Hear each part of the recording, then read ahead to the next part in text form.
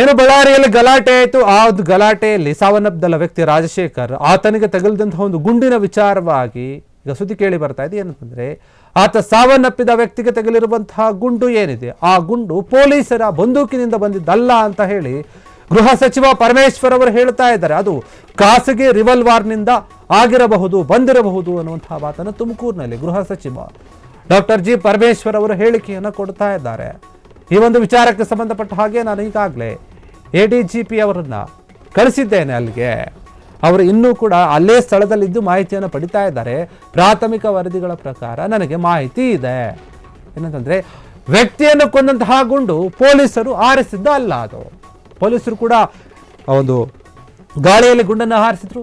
ವೈಯಕ್ತಿಕವಾಗಿರುವಂತಹ ಗನ್ಮ್ಯಾನ್ಗಳು ಅವರು ಕೂಡ ಗಾಳಿಯಲ್ಲಿ ಗುಂಡನ್ನು ಹಾರಿಸಿದ್ರು. ಆದರೆ ಯಾರ ಗುಂಡು ಆ ವ್ಯಕ್ತಿಗೆ ತಗಲಿ ಆ ಕಾರ್ಯಕರ್ತ ಸಾವನ್ನಪ್ಪಿದ್ದಾನೆ ಅನ್ನುವಂತಹ ವಿಚಾರ ಮಾತ್ರ ಗೊತ್ತಾಗಿಲ್ಲ. ಹೀಗಾಗಿ ಇದ್ರ ಬಗ್ಗೆ ಒಂದು ರೀತಿಯಲ್ಲಿ ಸ್ಪಷ್ಟೀಕರಣವನ್ನು ಕೊಡ್ತಾ ಇದ್ದಾರೆ ಗೃಹ ಸಚಿವರು. ನೋಡಿ, ಆ ಗುಂಡೇನಿದೆ ಅದು ಪೊಲೀಸರು ಆರಿಸಿದ ಗುಂಡಲ್ಲ. ಪೊಲೀಸರ ಗುಂಡುಗಳಿಗೆ ಹೊಂದಾಣಿಕೆ ಆಗ್ತಾ ಇಲ್ಲ. ಆ ಗುಂಡು ಖಾಸಗಿ ಆಯುಧದಿಂದ ಹಾರಿದಂತೆ ಕಾಣ್ತಾ ಇದೆ. ಅದರ ಬಗ್ಗೆ ಇನ್ನೂ ಕೂಡ ತನಿಖೆ ಆಗಬೇಕು. ಗುಂಡನ್ನ ವಿಧಿವಿಜ್ಞಾನ ಪ್ರಯೋಗಾಲಯಕ್ಕೆ ನಾವು ಕಳಿಸಿದ್ದೀವಿ. ಘಟನಾ ಸ್ಥಳದಲ್ಲಿದ್ದ ಎಲ್ಲರಿಂದ ಕೂಡ ಬಂದೂಕನ್ನು ನಾವು ವಶಪಡಿಸ್ಕೊಂಡಿದ್ದೀವಿ. ಯಾರ್ಯಾರಿದ್ರು ಅವರಲ್ಲಿ ಬಂದೂಕನ್ನು, ಗನ್ಮ್ಯಾನ್ಗಳಿದ್ರಲ್ಲ ಅವರೆಲ್ಲರ ಬಂದೂಕನ್ನು ನಾವು ತಗೊಂಡಿದ್ದೀವಿ. ವಶಪಡಿಸ್ಕೊಂಡು ಆ ಬಂದೂಕುಗಳನ್ನು ಎಲೆಸ್ಟಿಕ್ ಪರೀಕ್ಷೆಗೆ ಕಳಿಸಿದ್ದೀವಿ. ರವಾನೆ ಆಗದೆ ತಜ್ಞರು ಅದರ ಬಗ್ಗೆ ಟೆಸ್ಟ್ ಮಾಡ್ತಾರೆ ಅಂತ ಪರಮೇಶ್ವರ್ ಹೇಳಿದ್ದಾರೆ. ಇದರ ಜೊತೆಗೆ SP ಏನಿದ್ದಾರೆ ಪವನ್ ನೆಜ್ಜೂರು ಅವರನ್ನು ಏನು ವರ್ಗಾವಣೆ ಅನ್ನೋದಕ್ಕಿಂತ ಸಸ್ಪೆಂಡ್ ಮಾಡಲಾಯ್ತಲ್ಲ, ಅದಕ್ಕೆ ಸಂಬಂಧಪಟ್ಟ ಹಾಗೆ ಹೇಳ್ತಾ ಇದ್ದಾರೆ. ಕಾರಣವನ್ನು ಕೂಡ ಕೊಟ್ಟಿದ್ದಾರೆ ಯಾಕೆ ಮಾಡಿದ್ದೀವಿ ಅಂತ. ಯಾಕಂದ್ರೆ ಕರ್ತವ್ಯ ಅಂದ್ರೆ ಅದು ಕರ್ತವ್ಯ ಅಂತಾನೆ ಲೆಕ್ಕಕ್ಕೆ ಬರುತ್ತೆ.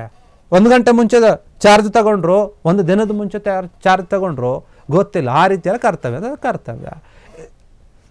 ಇದೇ ಒಂದು ವಿಚಾರಕ್ಕೆ ಸಂಬಂಧಪಟ್ಟ ಹಾಗೆ SP ಸ್ಥಳದಲ್ಲಿದ್ದು ಹಾಜರಿದ್ದು ಒಂದು ಸೂಚನೆಯನ್ನು ಕೊಡಬೇಕಾಗಿತ್ತು, ಜವಾಬ್ದಾರಿಯನ್ನು ತಗೊಳ್ಬೇಕಾಗಿತ್ತು, ಅವರು ಪರಿಸ್ಥಿತಿಯನ್ನು ನಿಯಂತ್ರಣಕ್ಕೆ ತರಬೇಕಾಗಿತ್ತು.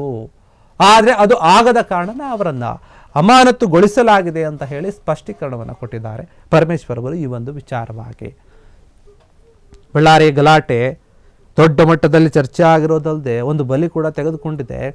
ರಾಜಕೀಯವಾಗಿ ಬಳ್ಳಾರಿಯಲ್ಲಿ ಎಂದೂ ಇಲ್ಲದಂತಹ ಕೆಲವೊಂದು ಬಹಿರಂಗವಾದ ಗಲಾಟೆಗಳು ಈಗ ನಡೀತಾ ಇವೆ. ಈ ಹಿಂದೆ ಆಗಿರ್ಬೋದು, ಆದರೆ ಇಷ್ಟು ದೊಡ್ಡ ಮಟ್ಟದಲ್ಲಿ ಆಗಿರಲಿಲ್ಲ. ಈಗ ಆಗಿರುವಂತಹ ಒಂದು ಘಟನೆಯ ಬಗ್ಗೆ ಏನಿತ್ತಲ್ಲ, ಆ ಗುಂಡು ಯಾರ್ದು, ಜನಾರ್ದನ್ ರೆಡ್ಡಿ ಅವರು ಗುಂಡನ್ನು ಕೈಯಲ್ಲಿ ಹಿಡ್ಕೊಂಡು ತೋರಿಸಿದ್ರು. ನೋಡಿ, ಗುಂಡು ನನ್ನ ಹತ್ರ ಬಂದು ಬಿದ್ದಿದೆ, ನನ್ನನ್ನು ಗುರಿಯಾಗಿಸ್ಕೊಂಡು ಮಾಡಿದಂತಹ ದಾಳಿ ಇದೆ ಅಂತ ಹೇಳಿ ಕೈಯಲ್ಲಿ ಗುಂಡು ಹಿಡ್ಕೊಂಡು ಹೇಳ್ತಾರೆ. ಹೀಗಾಗಿ ಆ ವ್ಯಕ್ತಿಗೆ ಏನೊಂದು ಗುಂಡು ತಗಲಿತ್ತಲ್ಲ, ಸಾವನ್ನಪ್ಪಿದ್ನಲ್ಲ, ಆ ಗುಂಡನ್ನು ಕೂಡ ಪರೀಕ್ಷೆಗೆ ಕಳಿಸಲಾಗಿದೆ. FSLಗೆ ರವಾನೆ ಮಾಡಲಾಗಿದೆ. ವರದಿ ಬರಬೇಕು. ಮತ್ತು ಅವರು ಸ್ಪಷ್ಟವಾಗಿ ಹೇಳ್ತಾ ಇದ್ದಾರೆ, ನೋಡಿ, ಆ ಗುಂಡು ಪೊಲೀಸರದಂತೂ ಅಲ್ಲ, ಪೊಲೀಸರ ಬಂದೂಕಿನಿಂದ ಹೋಗಿರುವಂಥದ್ದಲ್ಲ, ಒಂದು ಖಾಸಗಿ ರಿವಾಲ್ವರ್ ಏನಿರುತ್ತೆ ಅದರಿಂದ ಬಂದಿರುವಂಥ ಕಾಣ್ತಾ ಇದೆ. ನಮ್ಮ ಪೊಲೀಸರ ಗುಂಡುಗಳಿಗೆ ಆ ಗುಂಡು ಹೊಂದಿಕೆ ಆಗ್ತಾ ಇಲ್ಲ. ಇದು ನನಗೆ ಬಂದಿರುವಂತಹ ಒಂದು ಮಾಹಿತಿ ಪ್ರಕಾರ, ಪ್ರಾಥಮಿಕ ಮಾಹಿತಿ ನನಗೆ ಬಂದಿದೆ. ಅದರ ಮುಖಾಂತರ ನಾನು ನಿಮಗೆ ಹೇಳ್ತಾ ಇದ್ದೀನಿ. ಇನ್ನು ಖಚಿತವಾದ ಒಂದು ಮಾಹಿತಿ ಬೇಕು ಅಂತಂದರೆ ವರದಿ ಬರಬೇಕು. ಬಂದ ನಂತರ ಅದು ಗೊತ್ತಾಗುತ್ತೆ ಅನ್ನುವಂಥ ರೀತಿಯಲ್ಲಿ ಪರಮೇಶ್ವರ್ ಅವರು ಮಾತನಾಡಿರುವಂಥದ್ದು. ಕ್ಷಣ ಕ್ಷಣದ ಸುದ್ದಿಗಳಿಗಾಗಿ ಫ್ರೀಡಂ ಟಿವಿ ಸಬ್ಸ್ಕ್ರೈಬ್ ಮಾಡಿ, ಲೈಕ್ ಮಾಡಿ ಹಾಗೂ ಫಾಲೋ ಮಾಡಿ. ಹೊಸ ಸುದ್ದಿಗಳ ನೋಟಿಫಿಕೇಶನ್ಗಾಗಿ ಬೆಲ್ ಐಕಾನ್ ಮೇಲೆ ಕ್ಲಿಕ್ ಮಾಡಿ.